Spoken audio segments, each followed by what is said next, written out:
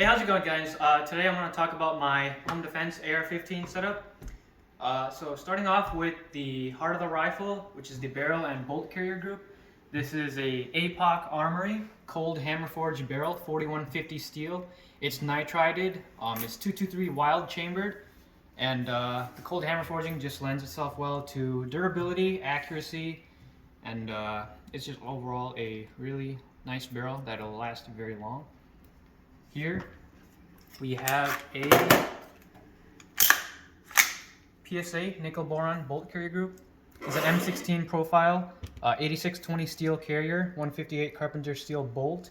It is high pressure tested, magnetic particle inspected, so you get all that mil spec Gucci-ness. Also, the gas key is very well staked. They use grade 8 screws on it, so that's a good thing. Now moving on to the handguard. So this is a Midwest Industries M-LOK handguard. It is a 12.63 inch handguard, I believe. You have M-LOK mounting all around, and you have QD sockets here, two sides here, and then up in the front here you have three. So you have two on the side and then one on the bottom. The gas block on it, it is dimpled in two places. Loctited the screws and then staked these screws in place so they won't back out. It's pretty much a bomb-proof gas block setup. So if you don't have a pinning tool, if you don't have a hand drill or a drill press to assemble your gas block, this is a great alternative. So muzzle device, this is a CAC Industry Compensator. It's like $10. It works very well. It keeps the muzzle down, it keeps it flat, and it works well for $10. Here we have the Surefire M600 Scout Light. It outputs 1000 lumens. I have the tail cap on it, which has a clicky button, as well as a remote switch function on it. So I have the cable routed here. Okay, and the cable is mounted to the rifle, or attached to the rifle, from wiggling around and everything with what is it called? LaRue Tactical Index clips. So here we have the Surefire pressure pad. It is mounted with the Magpul pressure switch mount. Here we have the Magpul rail covers. It's actually very, very good. Not super expensive either, and it allows your hand to have a really good grip on it. Here we have a Magpul MVG vertical grip. Nothing much to say about there. It works very well. Now receivers. These are the ZAB Technology upper and lower receivers made of 7075 T6 forged aluminum. The fit between the upper and lower is actually really good. The rifle will actually, here, let me demonstrate it real quick.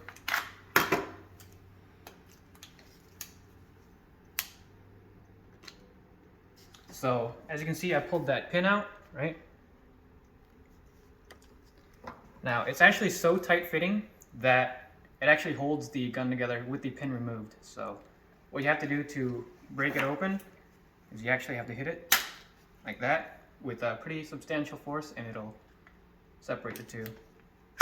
So very tight fitting. It's one of the most tight fitting upper receivers, receiver sets I've ever handled. I've handled a Knight's Armament as well, which is like $3,000, and this fits a little bit tighter than that. Moving down to the trigger, this is the Geissele G2S trigger, I believe. It's their more budget-friendly option. It is a two-stage. I think it breaks at 4.5 pounds. It's not as good as the Geissele SSAE, of course, but it is really good. I think you can get it around for like $160, so that's good. Here we have the K&S anti-walk pins. Here we have a Radian Talon ambidextrous safety.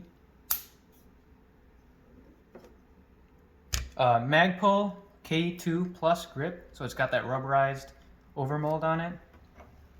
Back here in the stock we have a B5 Bravo, I think SOP-mod stock. I could be wrong.